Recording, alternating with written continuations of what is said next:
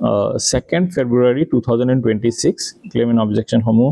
dispose কৰা হ'ব তাৰ পিছত ফাইনেল যিখন আমাৰ ইলেক্ট'ৰেল ৰোল থাকিব সেইখন 10 February 2026 পাব্লিছ কৰা হ'ব মই আপোনালোকৰ যোগেদি আমাৰ যিসকল ইলেক্টৰ থাকিব যেতিয়া বিএলঅ সকল তেওঁলোকক হাউস টু হাউস ভেৰিফিকেশ্যনৰ কাৰণে যায় তেওঁলোকে যাতে তেওঁলোকৰ যিসমূহ সমস্যা থাকে যদি কাৰোবাৰ ডেথ হৈছে হেতু জনায় বা কাৰোবাৰ যদি শিফট হৈছে হেতু জনায় আৰু যদি কোনোবা নিউ ভোটাৰ আছে প্ৰসপেক্টিভ ভোটাৰ আছে তেওঁলোকেও যাতে বিএলঅ সমূহক সেই কথাসমূহ জনায় হেতু এটা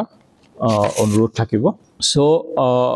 যেতিয়া house to house verification BLO সমূহে কৰিব তেওঁলোকৰ হাতত তিনটা ষ্টেটমেন্ট থাকিব ষ্টেটমেন্ট 1 ফৰ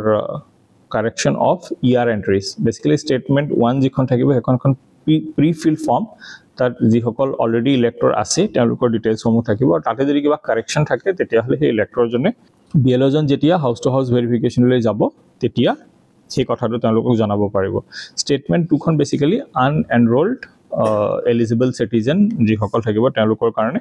আৰু ষ্টেটমেন্ট 3 খন থাকিব প্ৰসপেক্টিভ ভোটাৰৰ কাৰণে সো যদি কোনো হাউসহোল্ডক বিএলঅ জনে হাউস টু হাউস ভেৰিফিকেশ্যন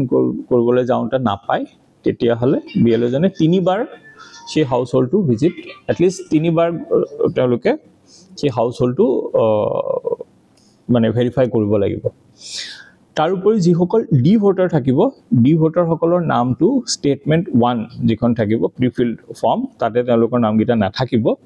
কিন্তু যিসকল ডি ভোটাৰ থাকিব তেওঁলোকৰ নামবিলাক ড্ৰাফট ইলেক্টৰেল ৰোললে অটোমেটিক্যালি ক্যাৰি ফৰৱাৰ্ড হ'ব আৰু সেই ড্ৰাফট ৰোলৰ পৰা ফাইনেল ৰোল যেতিয়া আহিব তাতে যিখন এপ্ৰপ্ৰিয়েট ফৰেন ট্ৰিবিউনেল থাকিব বা কম্পিটেন্ট কোৰ্ট থাকিব তেওঁলোকৰ অৰ্ডাৰৰ মতে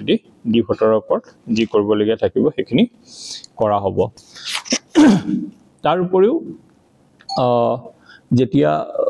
বিএলঅ জনে গৈ ভেৰিফাই কৰিব বা আমি যেতিয়া কন্ট্ৰোল টেবুল আৰু ফাইনালি ইলেক্টৰেল ৰোলখন বনাম তেতিয়া এটা বস্তু সদায় ধ্যান দিয়া হয় যাতে একে ঘৰ মানুহৰ যিমান কিজন ভোটাৰ থাকে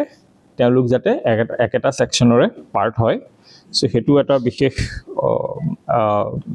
ফোকাস থাকিব এবাৰৰ যিখন এসআৰ আছে তাৰ যিকোনো খবৰ বাবে যোগাযোগ কৰক 7099017330 লগতে 7099017110 নম্বৰত